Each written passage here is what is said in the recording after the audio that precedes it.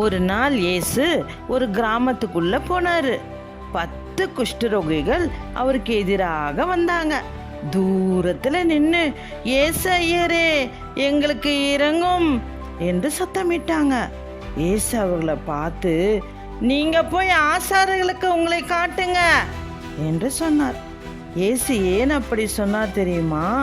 அந்த காலத்துல குஷ்டரோகி வியாதி வந்தா அவங்கள வீட்டை விட்டு ஊருக்கு வெளியே போய் தங்க சொல்லுவாங்க.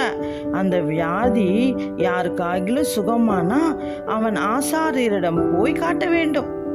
அவர் செக் பண்ணி வியாதி சுகமாகி விட்டது என்று சொன்னாதான் அவர்கள் வீட்டுக்கு போக முடியும். இயேசுவின் வார்த்தையை நம்பி 10 குஷ்டரோகிகளும் ஆசாரியர்களிடத்துல போனாங்க. போகும்போதே 10 பேரும் சுகமானாங்க.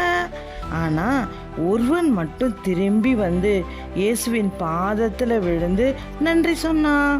இயேசு, 10 பேர் சுகமானாங்கல்ல, மற்ற 9 பேர் எங்க என்று கேட்டார். பிறகு இயேசு அவனிடம், "நீ எழுந்து போ, என் மேல வச்ச உன் நம்பிக்கை தான் உன்னை குணமாக்கிடுச்சு" என்று சொன்னார். இதுல இருந்து நமக்கு என்ன தெரியுது?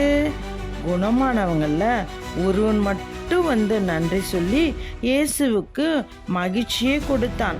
அதுபோல நாமும் இயேசு நமக்கு செய்த நன்மைகளெல்லாம் நினைத்து அவருக்கு நன்றி சொல்லி மகிழ்விக்க வேண்டும்.